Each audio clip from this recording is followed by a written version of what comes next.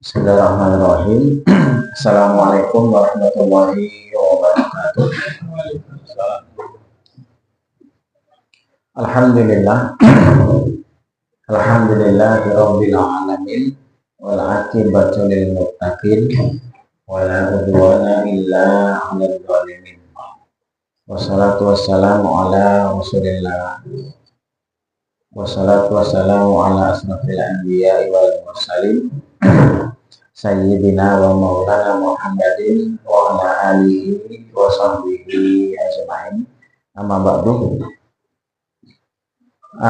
Saya ingin mengulangi sedikit Pak ya.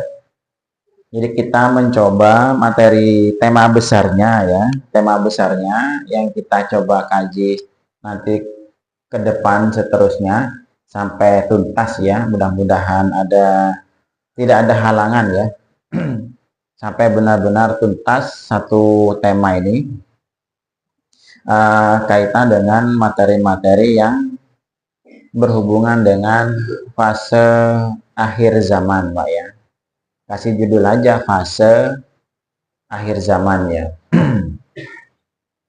Nah, jadi yang namanya akhir zaman itu kan dimulai sejak diutusnya Rasulullah Shallallahu Alaihi Wasallam aslinya, karena Rasul itu kan diutus mendekati hari kiamat. Jadi sebenarnya kalau kita mau bicara tentang akhir zaman itu ya berarti berbicara sejak Rasul diutus sampai nanti kiamat itu ya. Itu semuanya termasuk kategori akhir zaman. Nah cuman di akhir zaman kemarin kan dibagi menjadi 5 fase dulu kan ya. 5 fase kenabian, khilafah, mulk raja yang menggigit, kemudian Jabariyah dan kembali ke khilafah. Jadi ada 5 fase itu. Nah sekarang ini kita berada di fase keempat. Kalau kita akan terbagi 5 fase 1, 2, 3, 4, 5. Kalau sekarang ada di fase keempat, berarti kan sudah di penghujung gitu loh Pak ya. Jadi sudah di babak-babak akhir kita Pak. Cuma sekarang masih mengalami babak belur. Kan babak keempat ini Pak ya. Babak belur ini babak keempat Pak ya. Jadi petanya begitu ya. Petanya. Jadi sekali lagi, nah kita berada di fase babak keempat. Yang tentu nanti akan beralih terakhir nanti akan berakhir nanti di fase kelima ini. Nah di sini sebut kita sudah di penghujung akhir zaman, gitu loh Pak ya. Kalau disebut akhir zamannya sendiri itu sejak Rasul diutus sampai nanti hari kiamat itu sudah termasuk kategori akhir zaman. Nah cuman sekarang ini kita berada di penghujung fase akhir zaman itu. Nah, tentu yang namanya penghujung itu semakin seru ya, dulu film kan buri-burin kata perang wae. Semakin seru. Nah, kita ini hidup di zaman yang memang sudah seru Pak ya. Seru banget.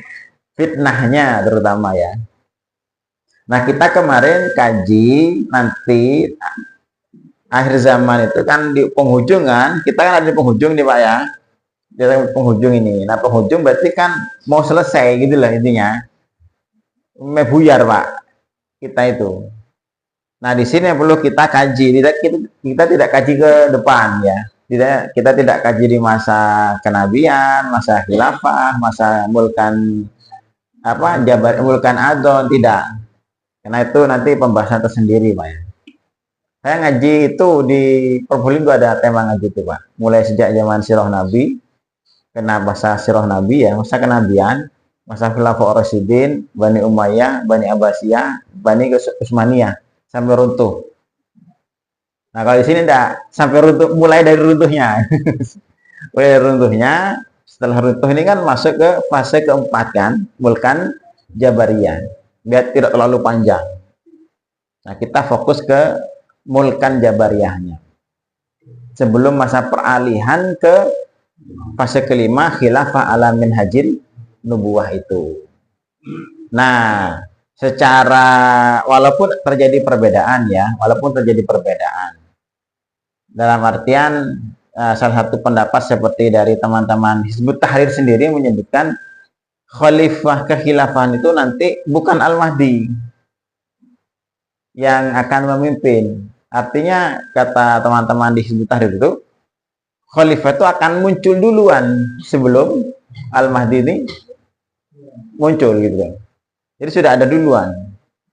Itu sebagai pendapat dari teman-teman Hizbut Tahrir berdasarkan hadis tentang diangkatnya Al-Mahdi setelah meninggalnya seorang khilafah. Apa kalau dalam ini nafsun zakiyah. Itu perbedaan ya, kita tidak bahas ke sana. Tapi yang saya sendiri yakini Pak ya, berdasarkan pengamatan lah ya, pengamatan dari beberapa hadis-hadis dan sebagainya itu, justru memang nanti khalifah akhir zaman itu adalah Al-Mahdi yang akan memimpin fase kelima ini Pak. Ya, jadi itu hanya pendapat saja. Jadi boleh berbeda, silahkan ya. Kalau di teman-teman Hizbut Tahrir itu mengatakan nanti sebelum Al-Mahdi ini sudah ada khilafah dulu Pak. Kalau sebagian secara umum nanti justru khilafah itu adalah yang mengawalinya, yang mendirikan adalah Al-Mahdi. Nah, saya sendiri mengikuti pendapat yang kedua sini. Ya, walau boleh silahkan, ada masalah. Namanya juga pendapat Pak ya. Sementing ojo tukaran. Jadi begini. Nah, kalau sepemahaman saya kan nanti masa khalifah masa kelima ya. Masa kelima ini masa kekhilafahan Pak. Antum pahami 5 fase zaman itu ya. Jangan sampai gagal paham nih Pak.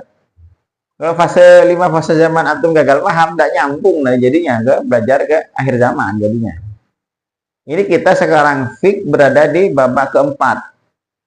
Babak mulkan Jabariyah, penguasa yang diktator.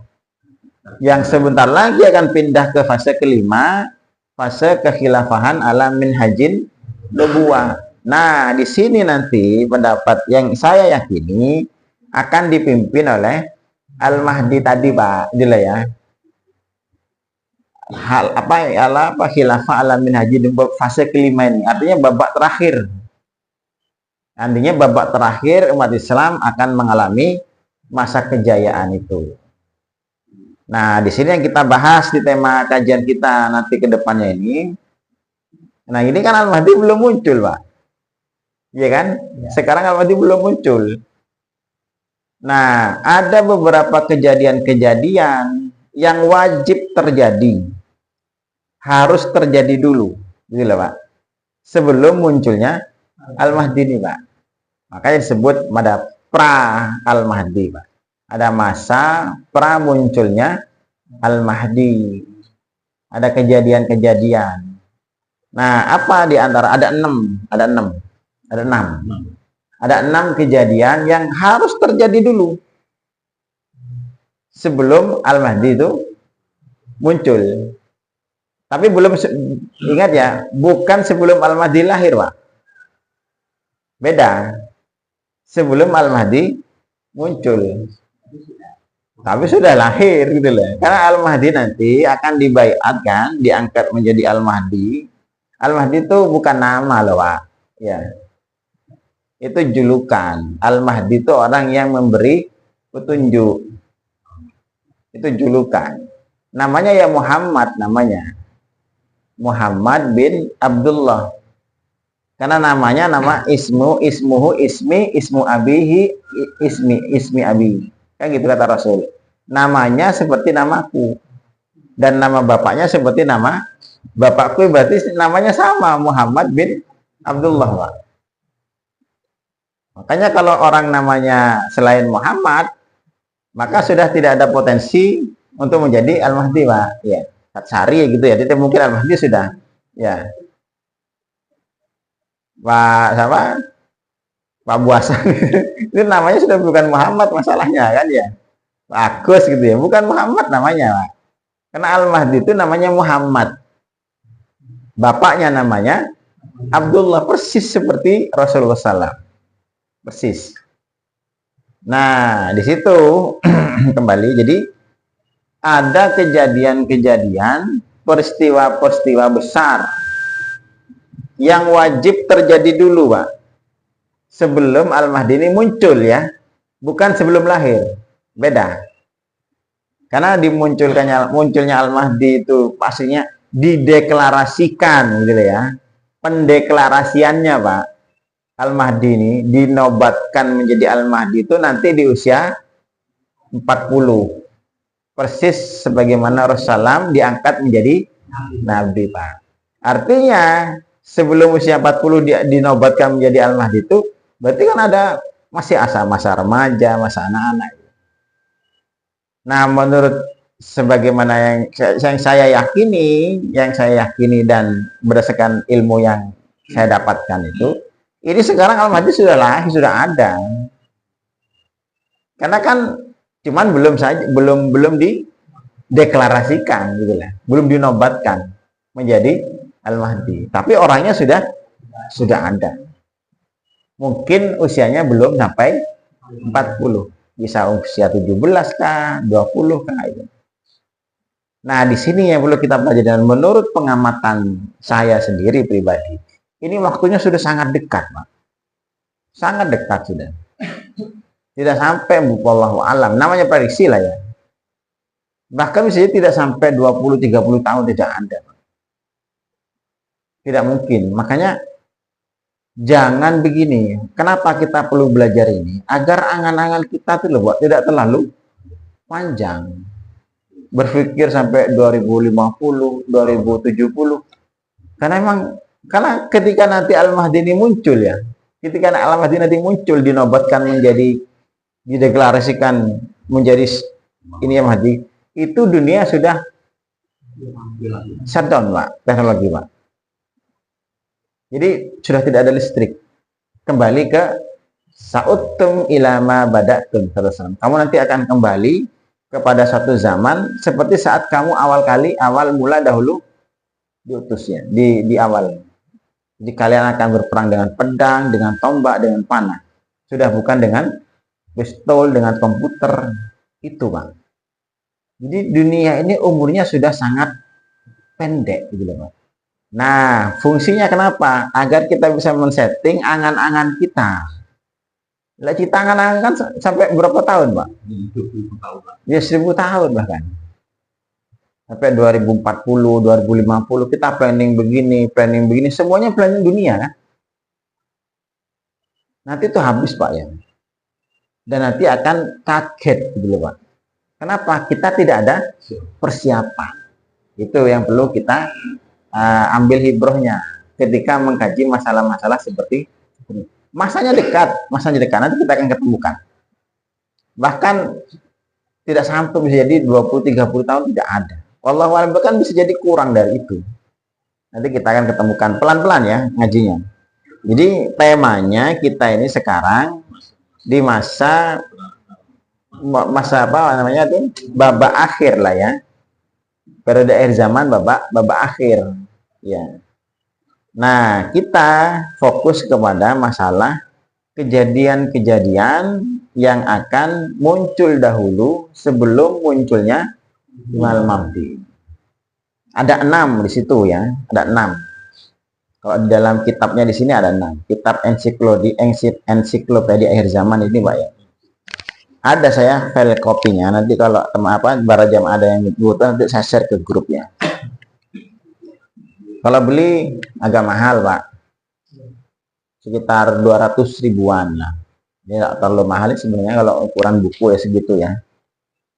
Yang pertama ada 6 kejadian ya. Yang pertama nanti kejadian yang wajib muncul dulu ya. Jadi merebaknya kezaliman di seluruh dunia.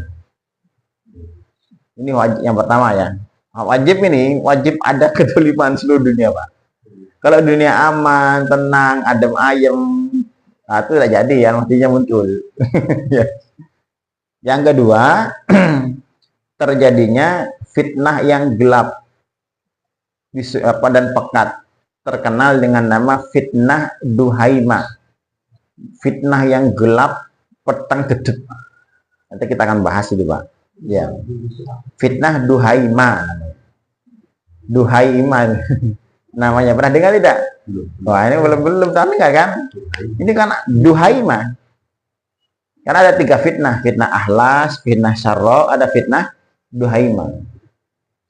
Ini hadis-hadisnya tentang masalah kayak begini ini sampai ke derajat mutawatir loh Pak. Bukan sahih lagi Pak. Di atasnya sahih. Mutawatir itu.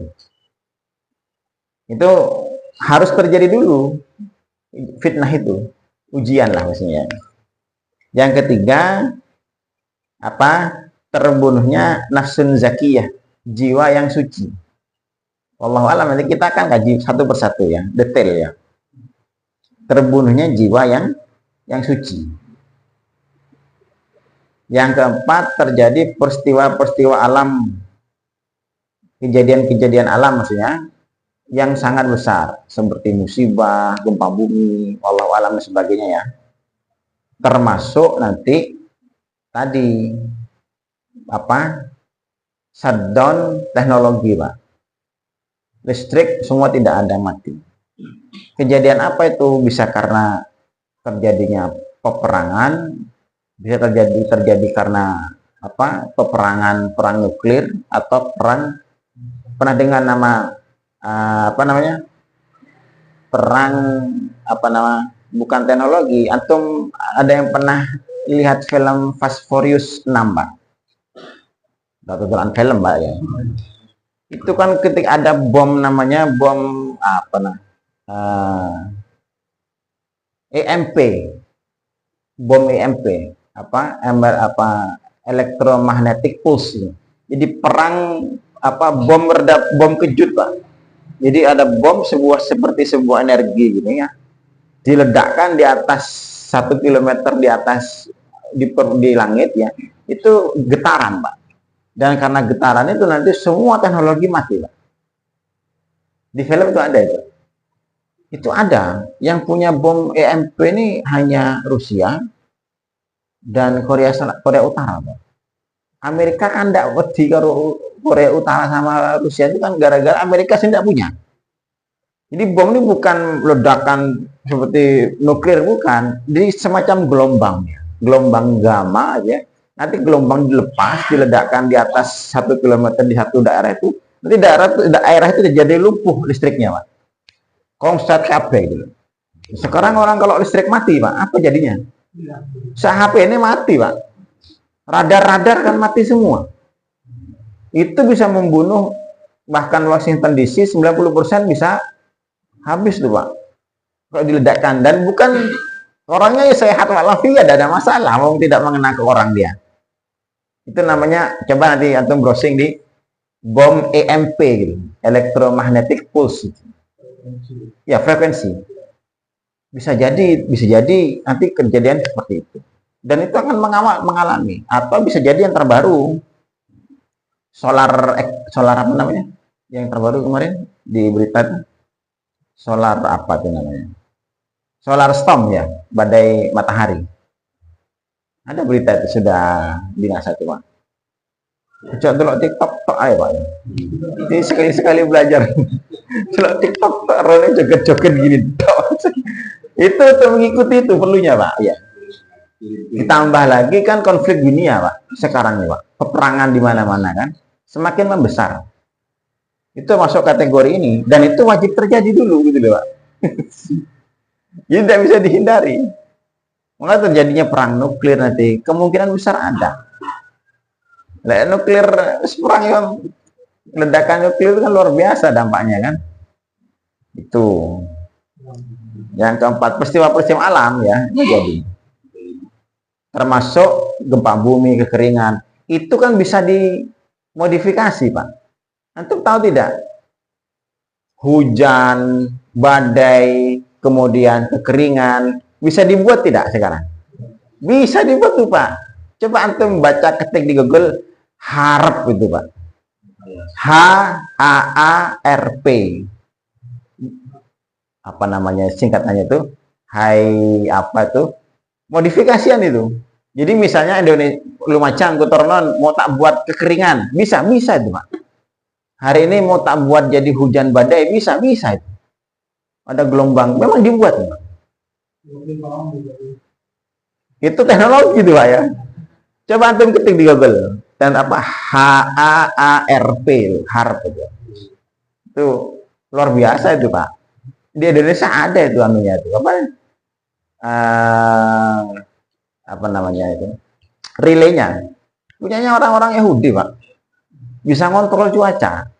Termasuk makanya penyakit menyebar kayak COVID kemarin, itu masuk kejadian ini, Pak. Rekayasa total, Pak. Total rekayasa. Masalahnya kita kan yang lugu kita. Jadi kayaknya ini terjadi alami, bukan dibuat-buat, Pak. Kalau nyebar penyakit sekarang itu kan mudah, Pak. Dari atas, dari frekuensi udara, dari air kan bisa. Itu coba tuh sekali-sekali ketik Google, browsing, belajar gituan. Itu kejadian peristiwa alam yang wajib terjadi sebelum munculnya Al-Mahdi. Kita akan bahas satu persatu nanti itu. Yang kelima, munculnya Taifah Mansurah. Satu kelompok, la tazalu ta'ifatun min ummati yuqatiluna 'alal haqqi zahirina 'ala man nawahum la yadurruhum man qadalahum wala khalafahum wa kahum ala dzalika hatta ya'tiya amrullah. Dalam hadis kan Rasul mengatakan begitu. Ada 25 hadis sahih yang senada dengan hadis ini, Pak. Yang intinya sama, akan menyebutkan akan senantiasa ada di umatku ini satu kelompok manusia yuqatiluna 'alal haq, yang mereka senantiasa berperang di atas al-haq, terus berperang memang. Dan zahirina 'ala man nawahum, senantiasa akan menang dia terhadap melawan musuh mereka.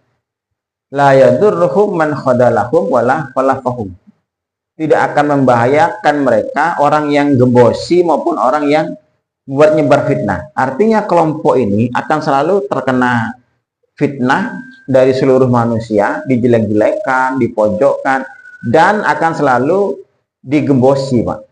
Digembosi. Tapi itu tidak berpengaruh kepada kelompok ini. Gitu loh, Pak. Siapa itu? Wallahu alam. Bisa jadi ya konflik Timur Tengah kayak pasukan di Al-Qassam, ya, di Gaza, kayak di HTS sekarang, yang kemarin di Suriah, ya, kayak Tahrir Al-Syam itu, yang kayak yang mungkin yang di Taliban, atau yang dulu mungkin kayak di Islamic State of Iraq and Syam itu, ISIS, atau yang di Al-Qaeda, macam-macam. Bisa jadi. Makanya tuh harus mengikuti ini, Pak, ya. Jadi menarik, Pak. Jadi tidak ngaji fikih toharoh to'ai, Pak. Setelat ngaji nih. Wis uwanan kabeh ngaji fikih toharoh, Pak, ya. Teman-teman di grup itu sering kirim-kirim mulyono. Tak apa, bagian dari konflik itu, Pak, ya. Bagian dari konflik, ya. Kemudian yang keenam nanti munculnya gunung emas di Sungai Efrat.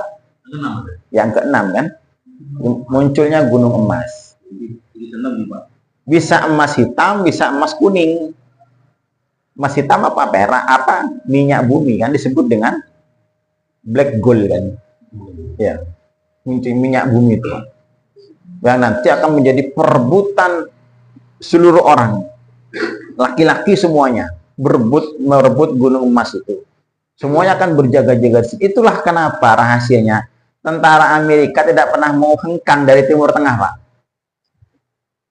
Buat proksi di sana, buat base camp di sana. Kenapa? Bisa jadi karena sedang mengintai namanya gunung emas ini. Bisa emas hitam, minyak bumi. Kan jadi incaran, Pak. Nilainya kan sama, makanya ada negara petrodolar yang gitu kan, ya. Nanti kita akan bahas itu. Di situ akan memperebutkan 1000 orang. Ketika berperang saling memperebutkan itu, di antara 1000 orang yang berperang itu, yang selamat cuma 1, Pak. Yang meninggal 999. Itulah rahasia kenapa di akhir zaman wong lanang setitik jumlahnya berbanding 1 banding dengan wanita 1 banding 50. Bukan 5, 50 perbandingannya. Salah satunya penyebabnya kenapa komunitas orang laki-laki sedikit, karena perang. Bukan karena orang lahir biro, Pak. Soalnya perang, sekali bantai kan berapa ribu orang. Jadi sedikitnya jumlah laki-laki di akhir zaman itu penyebabnya salah satunya karena perang ini. Di antara perang yang terjadi karena memperebutkan gunung emas ini, Pak. Karena kata Rasul itu hadis sahih, akan berperang memperebutkan gunung emas itu Di antara 1.000 orang yang selamat cuman satu. Sing urip. Sing 999 mudar, Pak. Tapi semua orang yang memperebutkan itu sama-sama punya keyakinan bisa jadi saya selamat. Bisa jadi satu itu saya. Pikirannya bodoh, Pak. Artinya peperangan ini tidak bisa dihindari. Makanya saya katakan kalau antum ingin damai hidup sekarang ini, Pak, mending bisa damai itu dalam mimpi. Makanya turu aja, Pak. Jangan bangun. Biar selalu dalam kehidupan dalam mimpi ini, Pak. Soalnya kalau antum melek, tidak jadi damai itu, Pak. Isinya kacau. Ini kan jadi lumayan kalau ada persiapan gini kita, Pak, ya. Persiapan menghadapi dunia kacau maksudnya. Itu petanya ini sebelum kemunculan Al-Mahdi harus terjadi dulu. Nanti ada kejadian-kejadian pada saat Al-Mahdinya sudah muncul. Pembaiatan Al-Mahdi. Ya, apa kejadian ketika Al-Mahdi dibaiat 313 orang di depan pintu Ka'bah. Kemudian ada penyerangan dari pasukan Suriah, Damaskus yang ingin membantai Al-Mahdi karena itu sampai ditenggelamkan di muka bumi. Walau-walau bisa aja kena gempa dan sebagainya. Kemudian karena berita tersebar 12.000 pasukan orang-orang terbaik di Irak dan orang-orang terbaik dari Syam, dari Damaskus itu, mereka akan bergabung merapat kepada Al-Mahdi dan 12.000 ini semuanya ahli militer. Artinya, bisa tidak ini 12.000 ini muncul simsalabim semalam, Pak? Ketika Al-Mahdi sudah muncul, 12.000 ini sudah siap. Artinya, sebelum Al-Mahdi muncul, 12.000 ini sedang dalam proses persiapan, Pak. Makanya kenapa di Timur Tengah banyak terjadi jihad? Orang-orang ahli militer. Karena nanti ketika Al-Mahdi muncul, ini sudah siap. Gitu, Pak. Jadi bukan ketika Al-Mahdi muncul, ini masih mau mempersiapkan. Sudah kompatibel. Nah, bisa jadi siapa mereka? Wallahu alam. Jadi mungkin saudara-saudara kita yang berjihad sekarang di Gaza atau karena kan disebutkan dalam hadis itu orang-orang terbaik dari Irak dan orang-orang terbaik dari Syam. Hah? Benderanya hitam malah, Pak. Ashabu rayatis sud. Pasukan dengan bendera hitam. Bertulisan la ilaha illallah. Coba sekarang bendera hitam tulisan la ilaha illallah terkesan dengan bendera teroris, Pak. Bendera HTI kan teroris. Ya? Kenapa dianggap teroris begitu? Karena si ngomong musuhnya, Pak. Nah, kalau saya sedang musuhan sama Pak Sasari dan saya tahu Pak Sasari nanti akan punya kekuatan dia dan dia akan punya pasukan begini-begini. Saya benci kepada Pak Sasari. Maka saya akan menyebarkan fitnah, Pak, propaganda, menjelek-jelekan Pak Sasari. Sedangkan sekarang saya posisi kuat, punya banyak massa, punya banyak pengikut, punya media dan sebagainya. Kan tidak mungkin diam saya, Pak. Kalau musuh akan di tengah raya akan bangkit, ya kan? Islam itu di tengah raya akan bangkit dan ini tahu, Pak, orang-orang kafir itu, Pak. Ya, orang-orang kafir tahu. Yang nanti akan menyokong Islam itu adalah apa? 12.000 pasukan, ya. 12.000 pasukan dengan panji hitam bertulisan la ilaha illallah, yang mereka orang-orang terbaik dari Irak dan orang-orang terbaik di Syam. Syam itu mana? Suriah, Palestina, Yordan dan Israel, Pak. Itu masuk kategori Syam dulu, Pak. Jadi gabungan dari orang sana. Musuh tahu Islam akan kuat dengan orang-orang itu, Pak. Ciri-cirinya kayak gitu. Maka sebelum itu muncul dibuatlah stigma buruk, Pak. Itu standar itu kan. Yang standar ini, Pak. Yang tidak standar itu kita sebagai orang Islam termakan fitnah itu. Sampai juga ikut-ikutan menjelek-jelekan bendera hitam bertuliskan la ilaha illallah Muhammadur Rasulullah.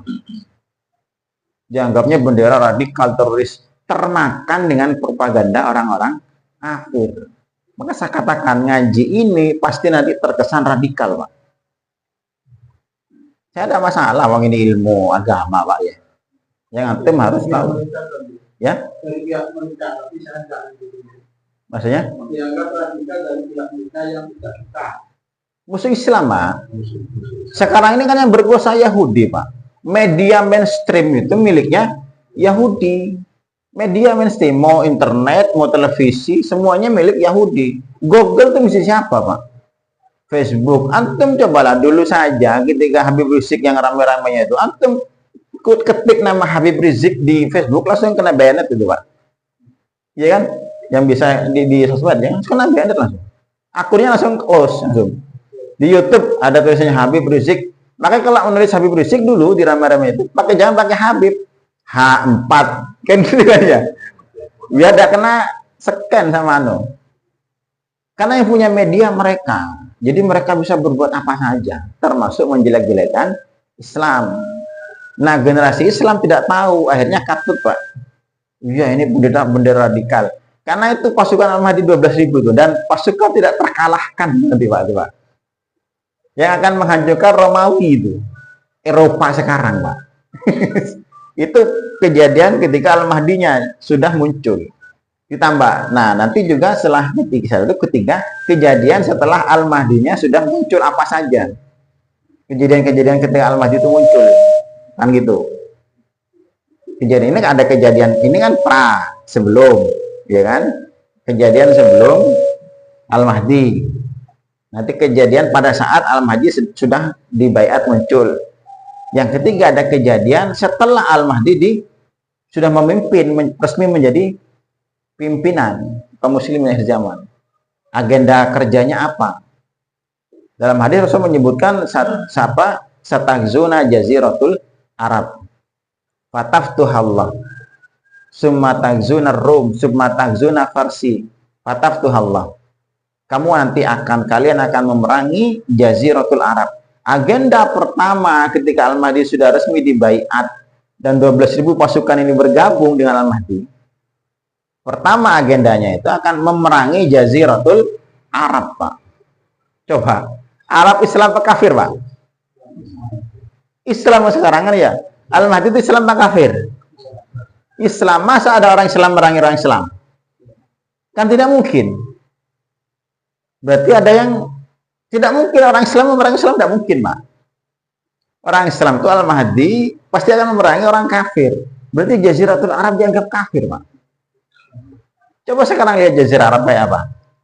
Di Dubai, di Uni Emirat Arab gitu, di Qatar, apalagi di Saudi Arabia. Makanya kudu melek kayak beginian ini, Pak. Kalau mereka tuh rusak itu wajar, Pak, sekarang, Pak. Karena justru kata Rasulullah bahkan dalam hadis itu, rugilah orang-orang yang tidak ikut memerangi Bani Kalab. Al-Mahdi itu memerangi Jaziratul Arab itu rugi kalau tidak ikut, Pak. Kenapa? Gunimahnya itu di luar angan-angan. Antum kepingin punya harta berapa? Misalnya 1 triliun. Itu yang kenyataan terjadi itu melebihi, Pak. Beyond the expectation, orang anggirin. Melebihi angan-angan, Pak. Gonimahnya.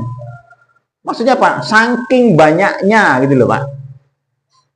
Berarti kan kaya betul kan?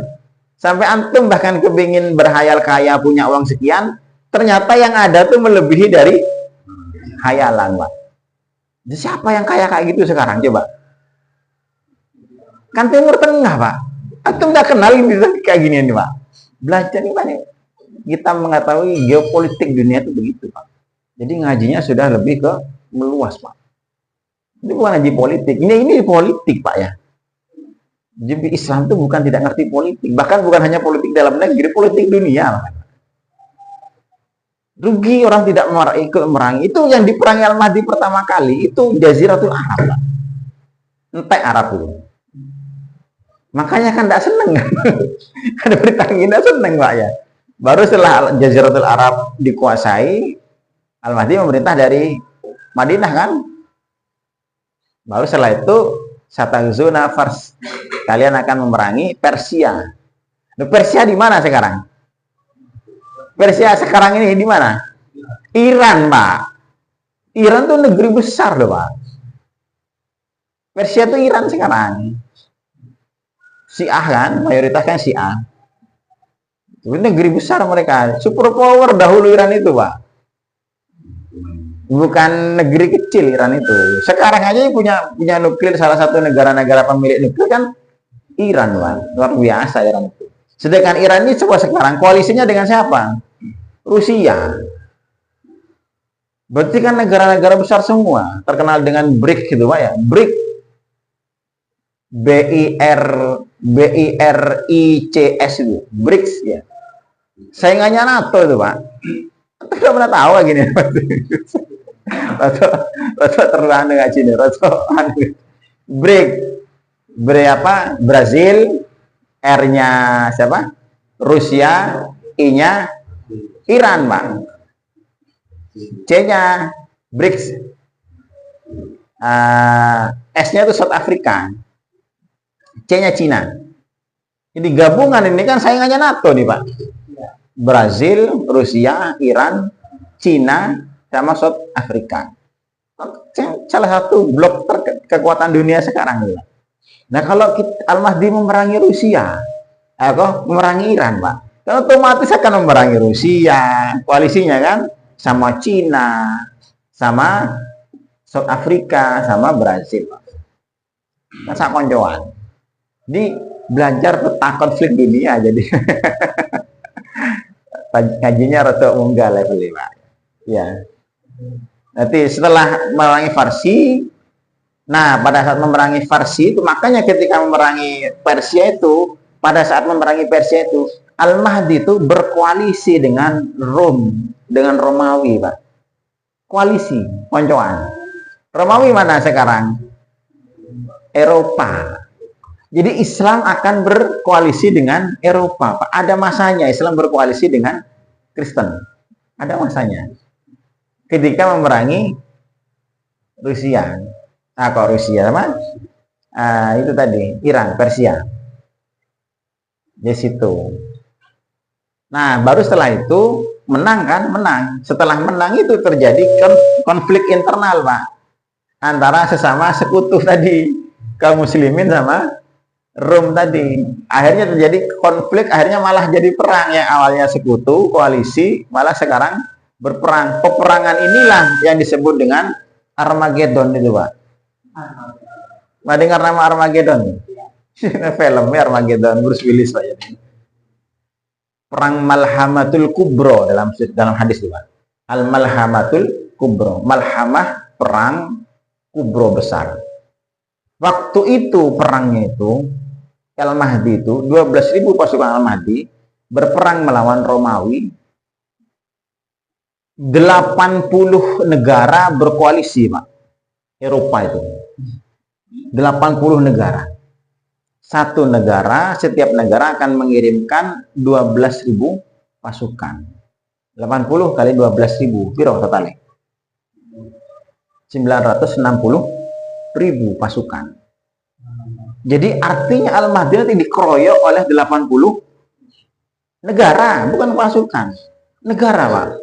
Artinya kayak hampir seluruh dunia merangi, Pak. Paham tidak nih? Nah, kalau sekarang orang-orang yang berada di jalur kubunya Al-Mahdi dikucilkan, dimarginalkan, difitnah, dimacam-macam oleh seluruh dunia, pantas tidak? Ya pantas, Pak.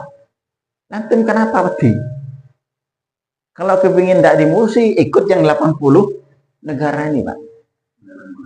Iya kan? Jadi ini kayak perlunya ngaji tuh, Pak. Membaca peta politik dunia, bahkan Pak, bukan politik internal sudah, Pak, ya. 80 negara coba. Nanti perangnya itu 80 negara, satu negara ngirim 12.000. Koalisi jadi satu, total 960.000. Rasul menyebutnya Malhamatul Kubro. Perang besar.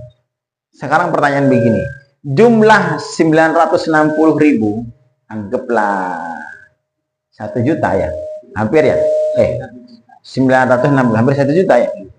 1 juta pasukan, itu besar apa kecil kalau dihitung dengan sekarang, Pak?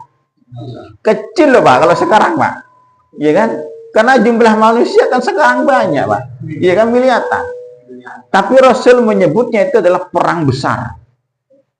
Artinya waktu itu populasi manusia sudah sangat sedikit, Pak, sehingga jumlah 1 juta itu Rasul sebut sebagai perang besar. Kemana manusia? Tadi Pak, waktu perebutan masih tuntek Pak, ya kan? Sebelum Al-Mahdinya sudah banyak manusia terbunuh. Makanya namanya pembunuhan, pembantaian, kisruh seluruh dunia. Sekarang ini itu biasa. Ojo getun, tidak enak aja gini Pak ya. Biar terbuka kita melek dulu Pak ya. Jadi ada feedback ini Pak ya. Jadi begitu. Nah, 12.000 musuh 960.000. Bayangkan 1 banding berapa tuh Pak? 12.000 musuh 960. 12 banding 960. Berapa persennya tuh? Jauh Pak. Tapi nanti tetap akan dimenangkan oleh Al-Mahdi. Yang 12.000 itu Pak. Iya, dan baru setelah itu fix sudah menang melawan Romawi. Setelah itu terakhir 4 kali peperangan Al-Mahdi itu Pak ya. Pertama dengan siapa tadi? Dengan Jaziratul Arab, yang kedua dengan Persia, yang ketiga dengan Romawi, yang keempat dengan siapa? Konstantinopel Pak. Akan memerangi Al-Konstantiniyah Pak. Mana Konstantinopel? Hah? Turki. Berarti Turki diperangi juga loh Pak. Kalau diperangi Al-Mahdi, kan tidak mungkin Al-Mahdi ini memerangi orang Islam Pak. Berarti Turki ini Islam bukan berarti? Aduh, tambah tidak enak ini Pak. Padahal antum sekarang membangga-banggakan Turki kan? Kenapa? Tapi beda. Al-Mahdi memerangi Turki ini tidak dengan perang. Hanya dengan takbir, tahmid, tahlil, tasbih. Hanya dengan itu Pak ya. Hanya dengan itu. Kok tambah jadi Pak? Jadi hanya itu memeranginya. Kenapa diperangi tapi tidak dengan perang, tidak dengan senjata? Karena di Turki ini memang mayoritas Islam, ya. Memang mayoritas Islam di Turki ini Pak. Cuman Islamnya itu sekuler. Makanya cukup didakwahi bahasanya, karena sudah tahu kekuatan kaum muslim Al-Mahdi ini, maka mereka tunduk langsung Pak. Tapi Islamnya sekuler. Sekarang sekuler tidak?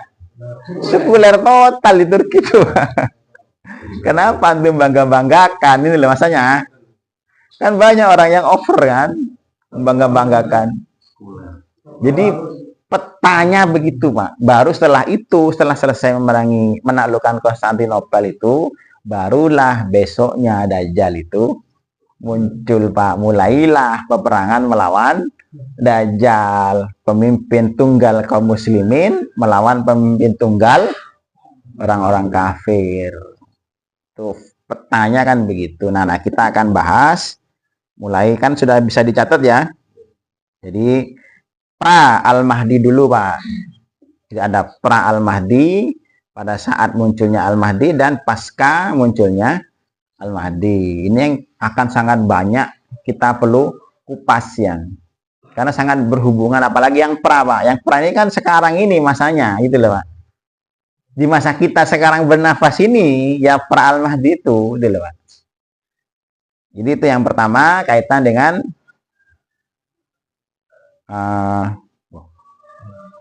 430 ya. Bukan ya. 516. Jadi merajalelanya kedoliman di seluruh dunia. Ya, jadi merebaknya kedoliman di seluruh dunia. Ini tidak bisa dihindarin, Pak ya. Kemarin sudah kita bahas. Intinya kan ada dua hal yang bertolak belakang lah bahasanya. Allah menetapkan dunia akan semakin penuh dengan kedoliman. Pada saat yang sama Allah perintahkan kita memberantas kedoliman. Kan seakan-akan Allah menyuruh kita melawan takdirnya. Ya kan? Seakan-akan. Memang begitu. Kenapa? Karena Allah ingin melihat mana di antara kita yang sungguh-sungguh menjalankan perintahnya. Bukan yang hasil, Pak. Bukan, maka tidak akan dilihat hasilnya. Kenapa? Kalau hasilnya tidak mungkin berhasil sudah. Antum kita dakwah, kita berjuang, jangan berharap hasil karena tidak mungkin hasil. Terus lalu apa kita berjuang, Ustaz, tidak berhasil? Kenapa kita berjuang, Pak? Jadi kita kan diperintah memberantas kedoliman, ya toh? Sedangkan Allah menetapkan wajib merebak kedoliman ini, Pak. Itu takdir Allah. Tapi takdir secara kauniyah kan? Secara syar'i Allah perintahkan kalian orang Islam harus memberantas kedoliman. Artinya kita harus memerangi memerangi kedoliman yang kedoliman itu pasti ada, tidak mungkin hilang. Yang menang nanti pasti akan yang akan tetap eksis adalah kedoliman, Pak. Berarti kan kita percuma berjuang dan oleh. Iya memang kita berjuang dan oleh memang, Pak. Kalau mencari hasil. Tapi kenapa kita beraktivitas, bergerak, berjuang, ya melakukan kegiatan itu agar kita punya hujah nanti di sisi Allah, Pak. Ketika Allah tanya kita, misalnya kamu, Pak Tohar, kamu dihidupkan oleh Allah dahulu di zaman tahun 2024, kedoliman merebak. Allah kasih saya kasih kamu misalnya ilmu, pemahaman begini-begini. Apa yang kamu berbuat? Nah, ya Allah, wis koyo ngono. Gitu kan? Tidak ada hujah untuk Allah memberi upah, Pak. Jadi fungsinya apa kita bergerak, beraktivitas? Ya tadi agar kita punya hujah di sisi Allah. Maka hasilnya apa? Hasilnya ketika kita sibuk itulah hasilnya, Pak. Paham ya? Ketika Allah sibukkan kita dalam urusan agamanya, memerangi kedoliman, walaupun dipastikan tidak mungkin menang. Paham ya? Jadi kita ini berjuang, beraktivitas, tidak mungkin menang, Pak. Tapi bukan kemenangan yang kita cari. Apa? Prosesnya ini, Pak. Paham ya? Antum berjuang, antum tidak berjuang, kedoliman tetap akan merebak. Ya kan? Kita menang, turu-turuan, tidak ikut-ikut aktivitas apa saja, kedoliman tetap akan merebak. Kita berjuang sekuat tenaga, mengerahkan tenaga, pikiran, harta dan sebagainya, tetap kedoliman akan merebak. Tapi bedanya kalau antum tidak berjuang, antum tidak punya hujah di sisi Allah, Pak. Tidak ada alasan Allah memberi upah ke kita. Paham tidak? Jadi kenapa kita beraktivitas? Agar kita punya alasan. Ini ya Allah, saya sudah berbuat begini dulu. Saya gunakan waktu saya gunakan harta saya, gunakan tenaga saya, fisik saya, pikiran saya. Oh ya sudah, ini upahnya, surga. Jadi ketika berjuang itu jangan berharap hasil, Pak. Saya tidak gampang putus asa, tidak gampang lemah semangat, Pak. Ajak orang berdakwah, ajak saja manusia berdakwah. Menuju kebaikan. Apakah akan jadi baik?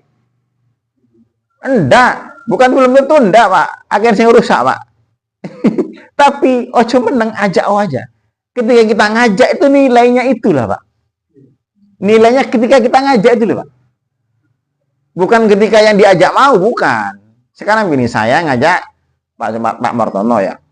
Pak, mau pengajian, Pak. Enggak mau. Dapat pahala tidak saya?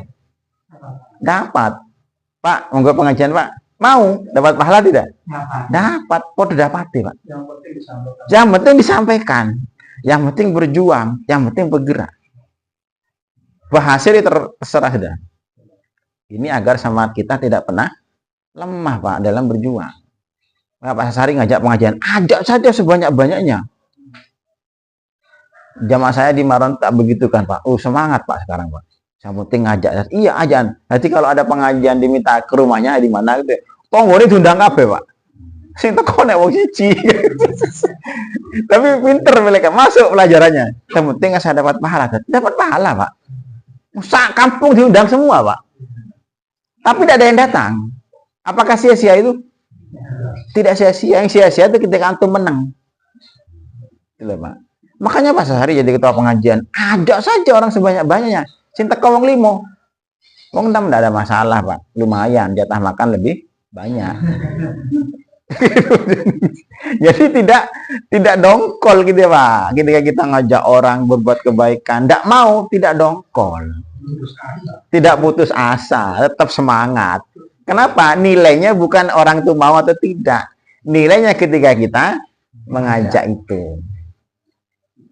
Sama seperti ini kan, Allah perintahkan kita memerangi kedoliman. Tapi Allah tetapkan kedoliman harus merebak di mana? Di mana-mana. Maka perangi saja kedoliman.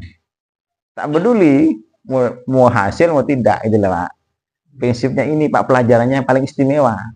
Pra Al-Mahdi. Kadang-kadang kita dapati orang gampang lemah, gampang putus asa, wis percuma bolak-balik didakwahi ndak gelem. Bukan percuma, Pak. Ketika antum berkali-kali mendakwahi, itulah berkali-kali pahala yang antum dapatkan itu, Pak. Ya. Kadang-kadang kita kan yang kita fokuskan ke hasil, makanya lemah kalau kita fokus ke hasil, Pak. Dakwahi masyarakat, pancet masyarakat tidak berubah-berubah, bukan itunya, Pak, ya. Justru ketika antum berkali-kali, itulah berkali-kali pahala yang antum dapatkan dari Allah itu, Pak. Jadi, pertama di situ ya. Makanya yang namanya kedoliman, sebelum muncul Al-Mahdi ya, baru nanti setelah Al-Mahdi habis kedoliman tuh, Pak. Bahkan akan dibabat habis oleh Al-Mahdi. Sekarang akan di mana-mana, akan babak di mana-mana. Satu itu. Saya tadi sebenarnya mau bahas yang kedua aslinya, Pak. Fitnah duhaima. Cuman kok jadi biar tidak salah paham lah pemetaannya ya. Fitnah yang sangat gelap gulita. Namanya terkenal dengan fitnah duhaima. Cuman kok waktunya sudah habis ini, Pak ya. Insya Allah di berikut saja. Karena saya butuh panjang tentang fitnah duhaima ini, Pak. Karena sifatnya kayak apa fitnah duhaima. Dalam hadis jelas disebutkan la taraka hadhil ummah, tidak akan menyisakan satu orang pun di muka bumi, melainkan semuanya akan terkena tamparan fitnah ini, semua, kata Rasulullah itu. Dan bahkan dampaknya nanti orang-orang Islam menjadi ilal fustotain, manusia nanti terbelah menjadi dua kubu. Kubu fustatu imanin la nifaqo fihi wa fustatu nifakin la imana fihi. Ada kubu keimanan yang tidak ada sedikit pun kemunafikan, ada kubu kemunafikan yang tidak ada sedikit pun keimanan. Terbelah menjadi dua karena fitnah ini. Kalau terbelah menjadi dua, otomatis kan terjadi perpecahan, Bang. Makanya kita kan diperintahkan untuk bersatu kan oleh Allah kan. Diperintahkan untuk menyambung silaturahmi, diperintahkan untuk bersatu kan gitu kan ya. Tapi fitnah akan memecah itu semuanya, tidak akan bersatu, bahkan terjadi kubu perangan itu, Pak. Jadi dua kelompok. Nah, kita akan bahas nanti di pertemuan berikutnya. Ingat-ingat ya, fitnah duhaima, Pak ya. Fitnah duhaima. Dari apa yang Ustadz sampaikan tadi itu semuanya dari Rasulullah tadi. Iya, sahih semua, Pak. Dari Rasulullah. Sayangnya saudara-saudara kita ini berita dari Rasulullah ketinggalan zaman dan malah orang-orang Yahudi yang tahu terlebih dahulu. Iya, betul. Sehingga mereka mempersiapkan. Betul. Mereka betul-betul tahu. Tahu betul. Iya. Betul. Iya. Itu faktanya, Pak. Sehingga mereka mempersiapkan betul kan? Nah, iya. Islam dan saya berkeyakinan suatu saat Islam akan menang nanti. Iya, memang betul. Kita berkeyakinan ini Islam akan menang nanti. Tidak apa-apa saya babak belur kan gitu ya. Tidak apa-apa saya ini. Tapi besok akhirnya akan menang. Memang lakonnya kan kalah di sini. Lakonnya kalah di sini. Ya begitu. Makanya orang Yahudi, orang-orang kafir sudah membuat propaganda agar gimana agarnya bahkan Islam sejak embrio, Pak. Sejak masih bibit jangan sampai muncul. Karena mereka tahu untuk mengantisipasi itu sebenarnya. Makanya mereka tidak mau Islam itu tumbuh, jangankan sampai membesar, bahkan sekedar tunas pun kalau bisa ditekan, Pak. Makanya belajarnya gimana, Pak? Dan itu orang kafir, Yahudi, sedangkan ditanya ini dari Al-Quran dan Sunnah Rasul. Iya. Belajarnya orang kafir juga. Mereka tuh sebenarnya kan percaya, Pak. Ya'rifunahu kama ya'rifuna abna'ahum. Kan gitu kan? Sifatnya Yahudi itu mereka mengenal Nabi Muhammad, mengenal Islam lebih seperti mengenal anaknya sendiri. Jadi mereka tahu mereka akan muncul khalifah nanti akan membagikan Islam, mereka tahu. Makanya nama khilafah dibuat seakan-akan jelek, Pak, oleh mereka kan. Yang punya media kan mereka, Pak. Perang itu kan dua sebenarnya, yang paling dominan dalam perang itu, Pak. Yang kalau kita bisa menghancurkan sebuah negeri itu hanya dengan dua komponen, Pak, aslinya, Pak. Satu media, yang kedua pendidikan. Ini kenapa media membuat propaganda sekarang, Pak, yang jelek jadi buruk, yang buruk jadi baik. Yang jelek jadi buruk, yang jelek jadi baik, yang baik jadi buruk, Pak, dengan propaganda media itu, Pak. Kan kata Hitler begitu kan, kebatilan yang didengung-dengungkan terus-menerus akan menjadi kebenaran yang absolut. Nah, kata-kata Hitler kan begitu kan. Orang kalau antum berbuat salah, tapi terus-menerus dipromosikan, dipamerkan, lama-lama tidak akan terasa salah. Jangan benar, kan gitu kan. Nah, itu dipakai propaganda media. Makanya media mereka bukan hanya televisi, sekarang merambah ke internet, sampai ke ada di tangan kita, Pak. Yang kedua, pendidikan. Pendidikan kenapa? Pendidikan ini signifikan. Karena apa? Nanti akan mengisi generasi 40 tahun akan datang. Itu kan generasi sekarang, Pak. Dan generasi sekarang ini kan buah dari generasi 20-30 tahun yang lalu. Dan itu hasilnya adalah dari pendidikan. Regenerasi, Pak. Makanya rusak pendidikan, rusak media. Sudah rusak semuanya, selesai, Pak. Ya, kayak gitu. Dan itu semuanya sekarang pendidikan, media, miliknya orang-orang Yahudi. Untungnya antum sudah tua kenal Islam, Pak. Ini, Pak. Kita masih diberi hidayah oleh Allah. Karunia, Pak. Ini nikmat. Makanya ketemu pengajian kayak begini, ini nikmat, Pak. Kenapa? Tidak semua orang dapat. Kalau kita ikuti pelajaran ilmu sekolah yang kita dapatkan sejak zaman dahulu, opo, Pak? Pancasila adalah sumber dari segala sumber hukum. Musyrik, Pak. Musyrik dari, Pak. Sumber dari segala sumber hukum itu ya Al-Quran dan Sunnah. Ini kan tidak enak ngomong gini nih, Pak, ya.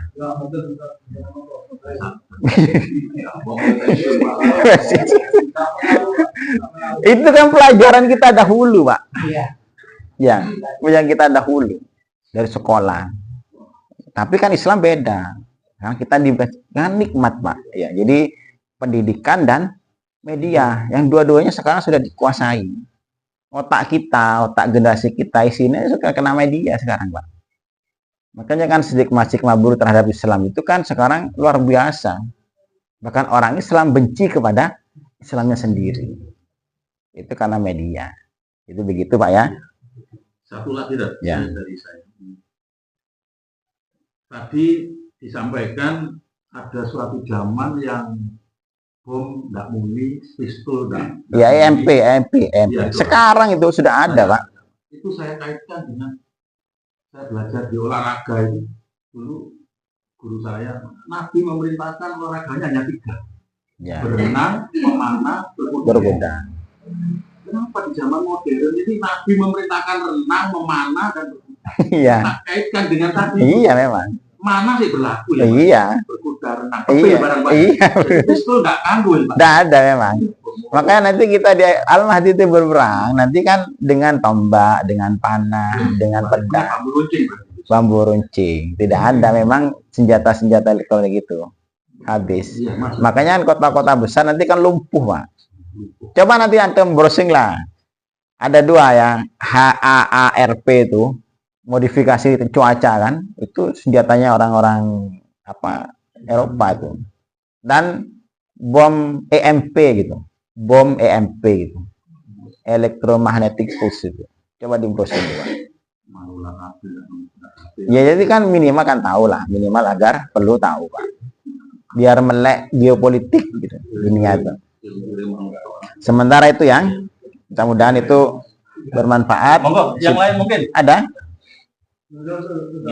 Ya. Ini yang disampaikan tadi yang mengkonflikkan, yang perangkat itu di Timur Tengah dan sebagainya. Ya. Sedangkan di Islamnya di Indonesia ini Kemana gitu ya? ya, Di peta dunia, gejolak dunia itu bisa jadi hilang ya. Enggak bisa jadi hilang ya, Bang. Bisa jadi hilang, bisa jadi. Karena kan nanti ada penenggelaman bumi sebelah barat dan penenggelaman bumi sebelah timur, wallahu alam ya. Jadi kenapa ada sebagian tenggelam karena es mencair di kutub itu Pak, bisa jadi terkena ledakan dan sebagainya, wallahu alam. Tapi bahasanya di filmnya itu, di lakonnya itu, ceritanya itu tidak ada kita Pak, memang Pak, wallahu alam ya. Itu sementara itu kita tutup. Dari saya mohon maaf kurang lebihnya. Assalamualaikum warahmatullahi wabarakatuh.